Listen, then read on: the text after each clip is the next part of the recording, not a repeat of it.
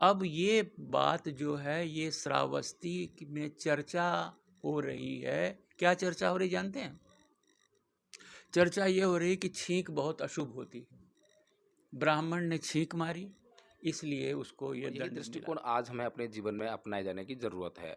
आज भी हम देखते हैं कि हर बात का हल हम हिंसा में ढूँढते हैं और छोटी-छोटी बातों में हम क्रोधित हो जाते हैं और क्रोध होकर और उस पे हिंसा करके, दूसरे को जीत कर, दूसरे को मार डालकर, यही इन्हीं सभी बातों में हम समाधान ढूँढते हैं जो ये कि पीछे उचित से नहीं बड़े है। आराम से घोषणा करने के लिए आ रहे हैं कि भाई अपना टैक्स मुझे दीजिएगा वगैरह वगैरह।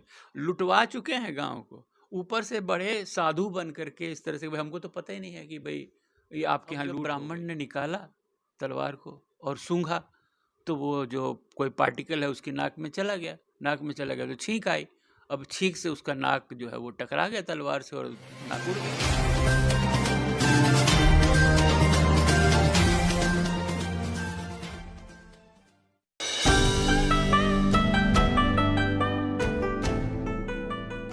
नमस्कार, मैं एडवोकेट जयभीम प्रकाश। आप देख रहे हैं एनबी न्यूज़ 24/7 और आज हम चर्चा कर रहे हैं जातक कथाओं पर। जातक कथाओं पर जो बुद्ध ने ज़िंदगी के कुछ मुद्दों पर कुछ विशेष प्रबंधन दिया है, मैनेजमेंट दिया है। आखिर वो जो मैनेजमेंट है वो क्या है और उसे सम्यक प्रबंधन या सम्यक मैनेजमेंट क्यों कहा गया है, तो इस पर चर्चा करेंगे। हमारे साथ में हैं डॉक्टर जसवीर चावला जी, जो कि चंडीगढ़ से हैं और उन्होंने पीएचडी जातक कथाओं पर की है, उनकी स्पेशलाइजेशन है इसमें। तो सर, भ्रष्टाचार एक मूल समस्या है भारत की। इस पर बुद्ध का जो सम्यक प्रबंधन है वो क्या कहता है? उसके पास क्या इसका उपाय है, समाधान है? नमो बुद्धाय। देखिए ना, जब मैं जातक कथाओं पर शोध कर रहा था उस समय ये संयोग है कि अन्ना हजारे जो हैं वो भ्रष्टाचार उन्मूलन का अभियान चला रहे थे देश में, है ना। और आज देखिए कि पूरे विश्व में ये भ्रष्टाचार की समस्या आपको व्याप्त मिलती है। मैंने कोई भी देश ऐसा इससे बचा हुआ नहीं है। तो मैं ये बता रहा हूँ कि देखिए, जातक कथाओं में जब मैं देख रहा था कि 36 कहानियाँ हैं भ्रष्टाचार से संबंधित और उनमें तकनीक दी हुई है कि किस तरह से भ्रष्टाचार का आप प्रबंधन कर सकते हैं। देखिए, प्रबंधन वाली बात जो है ये उन्मूलन वाली बात नहीं है। आप ज़ीरो पे नहीं ला सकते हैं। मैं इसलिए कहता हूँ ज़ीरो पे लाना भी आपको नहीं चाहिए। देखिए, जहाँ पर मान लीजिए 10 रुपये 20 रुपये दे करके फाइल आपकी मूव हो रही, कोई गरीब आदमी उसमें काम कर रहा है, तो काम निपटाने के लिए हम लोग कई बार वैसे रिश्वतखोरी को बढ़ावा दे देते हैं। अगर उसको आप ज़ीरो कर देंगे, उसी पे सारा अपना फोकस कर देंगे, केंद्र सारी एनर्जी उसी पे लगा देंगे, और जहाँ बड़े बड़े घोटाले हो रहे हैं, बड़े बड़े गबन हो रहे हैं, बड़े बड़े आप समझिए कमीशन वो सब हो रहे हैं, वहाँ पर आप खामोश, वहाँ कुछ कर नहीं रहे हैं, तो आपको लाभ मिलेगा? नहीं मिलेगा। इसलिए एक मैंने कहा जाता है कि भाई सीढ़ियों की जो सफाई होती है ना, ऊपर से शुरू की जाती है। तो जब भ्रष्टाचार के जो लेवल्स हैं उनको पहले देखना पड़ेगा। तो जहाँ 90% आपका बड़ा चंक है ना, वहाँ पहले आप फोकस कीजिए। तो ये बात कहाँ से निकल के आई? ये जातक कथाओं में है। उन 36 कहानियों में मैं पढ़ रहा था कि आप भ्रष्टाचार के जो स्तर हैं, एक छोटे स्तर पर भ्रष्टाचार कर रहा है, एक राजा के स्तर पर कर रहा है भ्रष्टाचार, तो दोनों का मैनेजमेंट अलग ढंग से होगा। सर, कोई एक कहानी बताएं जातकों में से जो इस पर प्रकाश डालती हो कि छोटा जो अपराध है, छोटा जो भ्रष्टाचार है, उसको माफ़ किया जा सकता है, लेकिन जो बड़ा भ्रष्टाचार है उसको रोकना बहुत ज़रूरी है। हाँ, देखिए, मैं आपको अपने, चलिए ऐसी बात पर मैं यहीं से शुरू करता हूँ। हालांकि 36 कहानियों में लेवल्स दिए गए, 0%, 10%, इस तरह से मैं उसको ग्रेडेशन कर पा रहा हूँ। छोटे स्तर पर देखिए, अब आप मान लीजिए बुद्धकालीन समाज की बात करें, हम उसमें एक राजा है, उसका एक ब्राह्मण है। वो ब्राह्मण क्या करता है कि तलवार सूंघ करके फेल पास करता है, क्वालिटी कंट्रोल का, यानी आप समझिए क्वालिटी कंट्रोल का काम करता है। अब लोहार और जो कारीगर बना के तलवार लाते हैं, जो उसकी मुट्ठी गर्म किया होता है वो सूंघ के बोलता है कि ये ठीक है, पास है। अब एक कारीगर जो था वो मेरी तरह बहुत ही ऑनेस्ट था। वो कहे कि हाँ, मैं तुझको एक पैसा नहीं दूंगा, मैं जब तलवार इतनी अच्छी बना रहा हूँ। अच्छा, वो जब ले जाके चाहे सूंघे और फेल कर दे। अब देखिए, ये सूंघने के पीछे क्या चक्कर है ना। तो सूंघने के पीछे अच्छा ये है, चूंकि मैंने मेटलर्जिकल इंजीनियरिंग की हुई थी, तो इस कहानी की मैं समझ पाया, हमारे दूसरे विद्वान नहीं समझ पाएंगे। उसमें उनकी गलती नहीं है, क्योंकि मेटलर्जिकल प्रोसेस एक आता है साइनिडाइजिंग प्रोसेस, आज भी उसको हम लोग यूज़ करते हैं। मान लीजिए ब्लेड या किसी तलवार या उस पर अगर धार करनी हो तो उसके सरफेस पर कार्बन और नाइट्रोजन की मात्रा बढ़ा दी जाती है। ये उस समय भी होता होगा, और जिस केमिकल से वो किया जाता होगा, जिस भी पदार्थ से किया जाता होगा, उसकी एक स्मेल आती होगी। तो वो ब्राह्मण गलत नहीं कर रहा था। उस कहानी को देखिए, उस ढंग से आप समझेंगे तो आपको पता लग जाएगा कि ब्राह्मण जब सूंघता था, जिस जिस तलवार में से उसकी गंध आती थी उसको पास कर देता था। अब मान लीजिए किसी ने वो ट्रीटमेंट नहीं किया है, लेकिन उसने पैसे चढ़ा दिए हैं, तो कितने चढ़ाए होंगे एक तलवार के लिए? मान लीजिए उस समय 2 कार साबुन, 4 कार साबुन, जो भी रहा होगा, थोड़ा सा दिया और वो पास हो जाता होगा। लेकिन जो आदमी घूस नहीं दे रहा था, जब उसकी तलवार वो फेल कर देता था बार बार, तो उसके मन में एक बात आई कि मैं इसको सबक सिखाऊंगा बेटा को। कैसे सबक सिखाऊंगा? उसने क्या किया कि म्यान के अंदर ये चिल्ली पाउडर, लाल मिर्च वाला पाउडर डाल दिया और उसके अंदर तलवार डाल दी। अब जब ब्राह्मण ने निकाला तलवार को और सूंघा, तो वो जो कोई पार्टिकल है उसकी नाक में चला गया। नाक में चला गया तो छींक आई। अब छींक से उसका नाक जो है वो टकरा गया तलवार से और नाक उड़ गई। अब पूरा खून की धारा बहने लग गई। तो राजा तो गर्म हो गया कि ये भी तुमने हमारे ब्राह्मण की नाक काट दी है और ये वो। तो उसने हाथ जोड़ के कहा, सर कह दीजिए कि तलवार फेल है। तो क्या मतलब? तो मतलब ये सर कि सर देखिए आपके सामने प्रमाण, प्रत्यक्षम किम प्रमाणम, और ये हर बार मेरी तलवार फेल कर देता है। तो राजा जो है बहुत क्रुद्ध हो गया, कहा कि इसको तो तुरंत राज्य से बाहर निकालो, राज्य से बाहर निकालो और इसके परिवार को यातना दो, क्योंकि इस आदमी ने हमारे शस्त्रागार में सारी नकली तलवारें भर दी। तो हम युद्ध क्या खाक जीतेंगे? तो राष्ट्रद्रोही है। देखिए बात कहाँ से कहाँ चली। अब ये बात जो है ये श्रावस्ती में चर्चा हो रही है। क्या चर्चा हो रही जानते हैं? चर्चा ये हो रही कि छींक बहुत अशुभ होती है, ब्राह्मण ने छींक मारी इसलिए उसको ये दंड मिला। देखिए बात कैसे घूम गई। अब ये चर्चा हो रही है लोगों ने इस हिसाब से। तो जब ये बात आकर के भिक्षु बता रहे हैं शास्ता को जेतवन विहार में कि भगवान बनते ऐसा ऐसा हुआ है, तब जानते उन्होंने क्या कहा। अब एक तो वो भाई भिक्षुओं को बताना चाहते भाई छींक का इससे क्या लेना देना है ना। देखिए कैसे कितनी गलत उससे इंटरप्रिटेशन किया जा रहा है। तो उन्होंने एक कहानी सुनाई और उसमें ये बताया कि ये प्रबंधन भी राजा ने ठीक नहीं किया। उसमें एकदम सेम स्टोरी है ब्रह्मदत्त का नाम दे करके कि वाराणसी का राजा ब्रह्म था, वहाँ ठीक ठीक वैसे ही हुआ। लेकिन राजा ब्रह्मदत्त ने क्या किया कि उस ब्राह्मण को लाख की नाक बना के दी या बनवा के दी, उसका ट्रीटमेंट करवाया और उसका स्थानांतरण कर दिया, दूसरे विभाग में भेज दिया, है ना। तो देखिए बुद्ध का जो प्रबंधक, बुद्ध की प्रबंधन वहाँ क्या कह रहा है कि भाई वो तो थोड़ा मोड़ा लिया होगा कैश, उसकी तो सजा पहले ही दे दी, नाक उसकी कट गई जिंदगी भर के लिए, तो उसको सजा वैसे ही प्राप्त हो गई। ऊपर से आप उसका राज्य निष्कासित कर देंगे, उसका परिवार बर्बाद हो जाएगा। तो क्या होगा? शुभ होगा क्या? शुभ की परिणति नहीं हुई।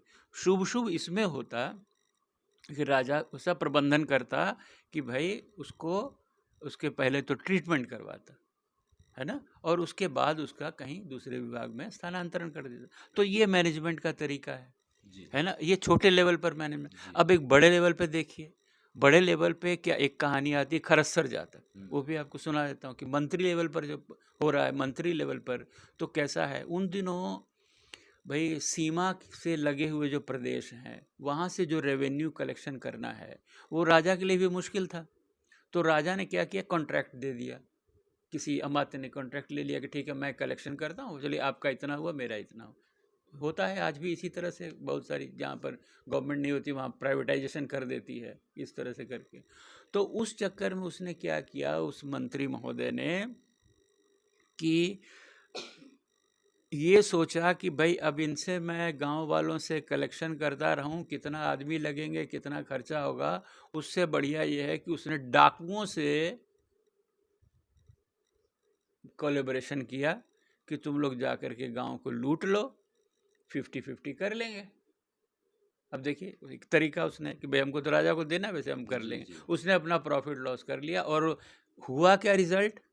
पूरा गांव बर्बाद हो गया, मवेशी काट दिए गए, है ना, फसल लूट हो गई, घरों से जिनके जो सोने गहने थे वो डाकुओं ने लूट लिए, और लूट लिया। और उसके बाद में जो है इसकी खबर जब पहुंचती है इस तरह से शास्ता के पास भी बताते हैं, तब फिर उसका समाधान देते हैं बोधिसत्व के माध्यम से। मैंने बताया कि बोधिसत्व जो है उसका समाधान देगा, और जो अतीत कथा बताएंगे, जो उदाहरण कथा बताएंगे, उसमें वो इसका मैनेजमेंट बताएंगे। तो ठीक सेम चीज़ है। और उसके बाद बताते हैं कि जब डाकू लूट के चले गए तो ये मंत्री जो है, ये भेरी, उस समय घोषणा करने के लिए भेरी वादक होता था, भेरी बजाते हुए जाएंगे और घोषणा करेंगे। ये पीछे से बड़े आराम से घोषणा करने के लिए आ रहे हैं कि भाई अपना टैक्स मुझे दीजिएगा वगैरह वगैरह। लुटवा चुके हैं गांव को, ऊपर से बड़े साधु बन करके इस तरह से, भाई हमको तो पता ही नहीं है कि भाई ये आपके यहाँ लूट हो गई है। तो उसमें बोधिसत्व एक व्यापारी उस गांव में आया था व्यापार के लिए।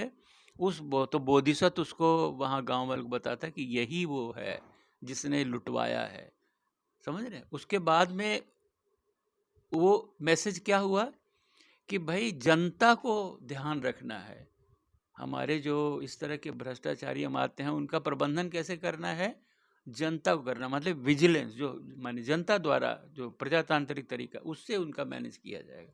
तो देखिए ये जो तरीका उन्होंने बताया इस लेवल पर जो है। अब हाईएस्ट लेवल पर आ जाइए। हाईएस्ट लेवल पर हमको भरू जातक मिलता है। भरू जातक में जो वर्तमान कथा आती है उसमें ये आती है कि जेतवन में जब भगवान बुद्ध का संघ स्थापित हो गया, धर्म प्रचार सुचारू रूप से होने लग गया, तो जो दूसरे संप्रदाय वाले हैं उनको होने लगी ईर्ष्या कि भाई इनको इतना चढ़ावा आता है, हम लोगों को तो कोई पूछता तक नहीं, पहले हमारी पूछ होती थी अब पूछ नहीं होती है। तो उन लोगों ने आपस में मीटिंग करके डिसाइड किया कि भाई हम लोग भी आसपास कहीं जगह ले लेते हैं, शायद ये जगह ही बड़ी अच्छी है, जेतवन वाला जो इलाका है वहाँ जाएंगे तो वहाँ लोग चढ़ावा ऑटोमेटिक आने लग जाएगा। तो उन्होंने क्या किया कि भाई अब जेतवन में तो हमको जगह मिल नहीं सकती, वो तो अनाथ पिंडक ने वो, और जेत राजा के पास वो जगह है, तो हम ऐसा करते हैं कि राजा को कुछ रिश्वत देते हैं। अगर हम जाकर के ऐसे सीधा कहेंगे तो राजा मानेगा नहीं, क्योंकि भगवान बुद्ध का उन पर पूरा प्रभाव है, इसलिए हमें जाकर के उसको रिश्वत देनी पड़ेगी। तो उन लोगों ने क्या किया, इस तरह से राजा को रिश्वत वगैरह देकर उसको मना लिया, है ना। अब बगल में उन्होंने अपना बनाना शुरू कर दिया, आश्रम सिस्टम शुरू कर दिया। अब उससे बहुत शोर होता था। तो भगवान बुद्ध पूछते हैं कि इतना शोर क्यों है आनंद?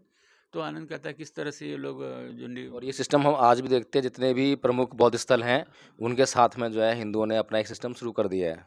तो ये परंपरा तब की चल रही है। तो खैर भगवान बुद्ध देखिए उसका कितना अच्छी तरह प्रबंधन करते हैं, आप दंग रह जाएंगे।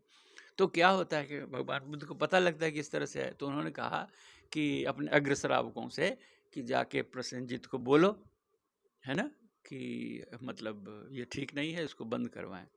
तो वो जो राजा है वो खबर भिजवा देता है कि वो महल में नहीं है, ठीक है, जबकि महल में है, महल में वैसा खबर भिजवा दिया। तो उन्होंने आके बताया कि बनते हुए नहीं है।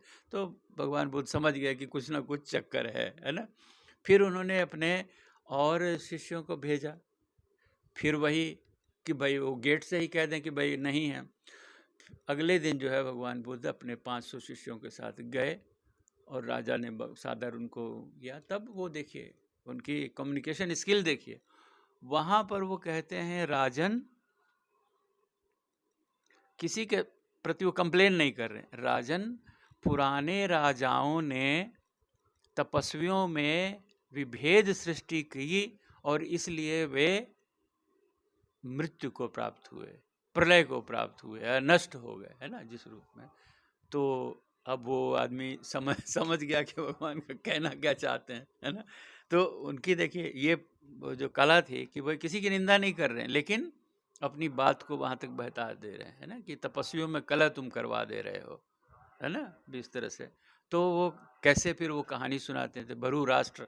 अब ये जो कहानी है ये जरूरी नहीं कि ये सचमुच में घटी हो, हमको तो अपना मैसेज देना है ना, और उसको उसके दिमाग में वो पैदा करना है कि भाई तुम जो कर रहे हो ये गलत है, तुमको रास्ते पर हमको लाना है।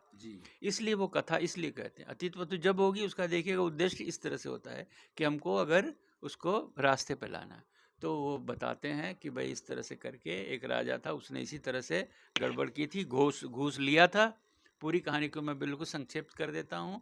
और रिश्वत ली थी, इस तरह से करके उसने तपस्वी, और फिर वो तपस्वियों ने उसको श्राप दिया और उसके चलते पूरा राष्ट्र समुंदर में डूब गया। समझ रहे? तो जो हाईएस्ट लेवल का है वो वैसा ही होता है। ग्लोबल वार्मिंग होगी, जो हाईएस्ट लेवल पे करप्शन हो रहा है, ऐसी प्राकृतिक आपदा आएगी कि उस एक व्यक्ति के लिए सारी प्रजा को, सारे राष्ट्र को भुगतान करना होगा। तो कुल मिलाकर कहने का मतलब ये है कि भगवान बुद्ध जो हैं विनाश करने में नहीं बल्कि सुधार में विश्वास रखते हैं और वो किसी भी तरीके से जो है सुधार सकते हैं। और ऐसे उदाहरण उन्होंने प्रस्तुत किए हैं जहां उन्होंने बहुत विनाशकारी परिस्थितियों में भी जो है उन्होंने विनाश की तरफ नहीं बढ़े हैं, वे सुधार की तरफ ही बढ़े हैं।